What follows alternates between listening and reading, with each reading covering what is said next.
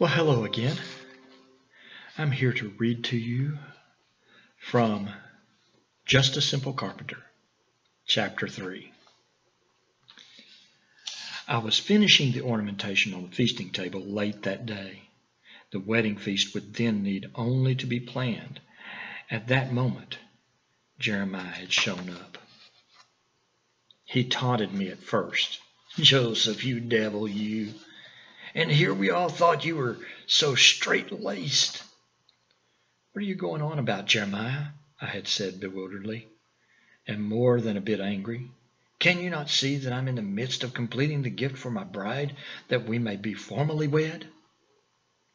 "Ah, my friend, isn't it a bit late for those preparations now?" he scoffed, winking with a rakish grin spreading across his face. I looked up from my work with an angry frown which caught my old friend off guard. I knew what he was insinuating, that Mary or I, or both of us, had broken our vows of faithfulness to the marriage to come. And he knew that I did not appreciate such joking. Were it just my own name he slandered, I would have passed it off as jealousy for his betrothal ceremony, which was still months away. And I was finishing the last touches on the gift that would bring to me the long-awaited marriage feast. But the story he referred to, or hearsay evidence from an unreliable source, I should say, brought shame to my Mary, my beloved Mary. "I thought that you just decided not to wait for the ancient, backward religious traditions," he had said. "From what Rajesh says he has seen, your intended hasn't." Their words taunted me now. I had finished the work on the table and gone to bed, but I could not sleep. And now, hours later, my mind was bombarded with words of Hosea and then Jeremiah. "Are you really sure your beloved Mary is who you think she is?" Yes, I told myself. I would trust Mary. I did trust Mary. We had loved each other since we were children and did not understand love. She could not betray me. I remembered the look in her eyes as I gave her my ring of pledge. She could not be carrying a child. I would not accept the word of the scoundrel Rajesh, the creator of this lie against my beloved, my betrothed, my wife. Would pay dearly. I would bring him up on charges before the Sanhedrin.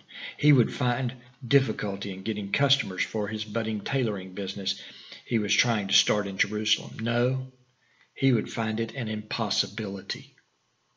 How dare he even suggest? But the doubt was there. Hosea had been so convincing, and then there was the ribald joking of Jeremiah. He had risen even to the point of questioning whether I had been the one to suggest breaking the betrothal vows early. I tossed and turned. What little sleep I could find was filled with horrible nightmares of Mary attacked on the road, Mary alone in the city with no one but her old cousin and the speechless priest to protect her. And her cousin was at the point of giving birth, which would weaken her even more. Mary had left 3 months earlier to be with her cousin. The time had given me more opportunity to work on the feasting table, but it also gave me opportunity to miss my Mary. Perhaps she had forgotten her promise to me. Perhaps she had not meant the promise in the first place. It would not have been the first time a woman had deceived her betrothed. I rose early, unable to sleep.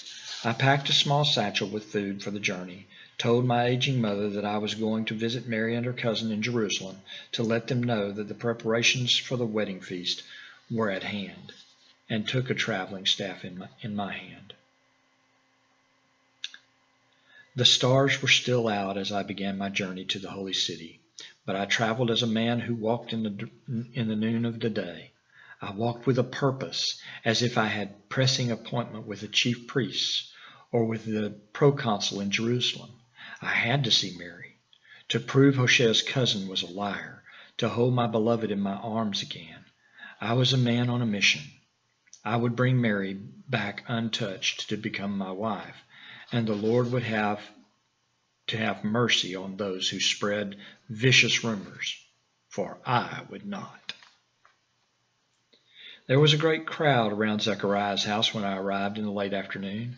I could hear the commotion, but could only make out a few of the words. It sounded like the men were all shouting their names, or the names of someone. "Laban, it must be Laban," came one voice breaking through the din.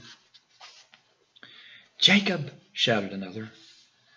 "Isaac, we have been 3 generations without an Isaac in the family," insisted yet another. As I came nearer to the crowd and could make more out in the confusion, a murmur drifted through the throng. "What?" I questioned a nearby onlooker. "What's happened here today?" The man turned to me and said, "Someone insists that Elizabeth is calling the child John. Can you believe? There's never been a John in this family. At the very least, Zechariah should name him for himself. Who ever heard of the mother naming the rest of his words were lost on me as I made my way through the crowded courtyard, and then I saw him, Zechariah, with his prayer shawl around his shoulders, as if he had just completed his evening prayers, had come to stand just outside the door of their house. He held a precious piece of papyrus in his hands. It was large enough to create a small scroll, and he seemed to be preparing to write on it. Surely, I thought, he's not going to write some teachings down. His son was apparently just born, and an increasingly agitated crowd is vying for the privilege to name the miracle son of the ancient mute priest. But he did. He wrote. The papyrus was now permanently marked with the quill he held in his right hand. I could tell that he was making large letters, the kind sign makers would use to create a massive wooden ornament to advertise a rich man's business. It only took a moment, and then he straightened from his writing position. Silence grasped the crowd and strangled the last insistent champion for the name Issachar into a silence born of curiosity. Zechariah held up the parchment for all to see the signpost he had created.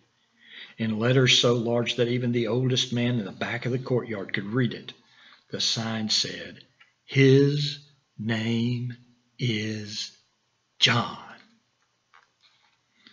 "No," came the cries of the bewildered crowd. Some began screaming their more appropriate family choices again. And then it happened. A strong voice rose above the noise. "Silence!" The air shook with the authority as all eyes turned again to Zechariah. "I am his father," the old priest shouted with more strength than most men who had not been without a voice for the better part of a year. "The Lord God has named my son, and his name shall be John.